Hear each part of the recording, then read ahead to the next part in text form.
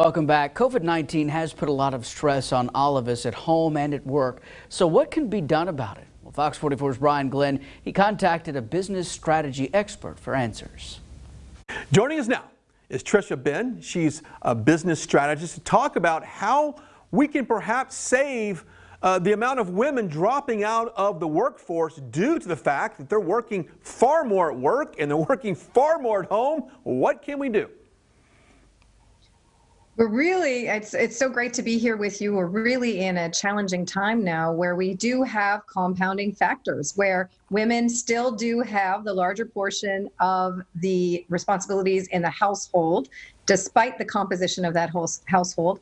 And we not only have the way that things are being managed and the employer's role in the lives of women as they're going through the pandemic, but also the employment record is showing that women are losing more jobs through the pandemic as well, Brian. Okay, what can an employer do to ensure that they don't lose women in the workplace? And then we'll turn our attention to what guys can do at home, right? The spouses, what can we do to take some of that child care burden off their plate so they can focus more on their job and really and be happier?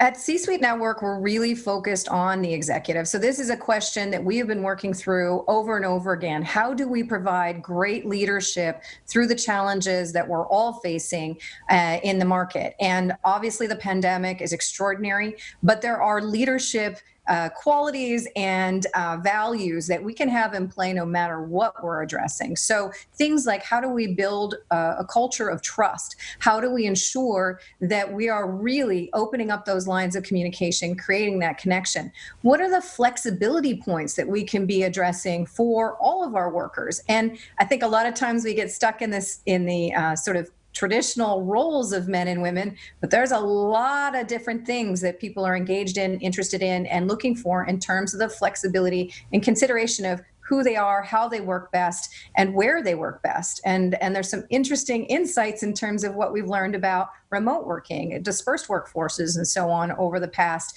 few months. And then I think also just being really mindful of what are those systemic biases. And if we've seen anything in the social injustice space, there are unintended consequences. So as leaders, we really need to step up, and that's certainly something we take very, very seriously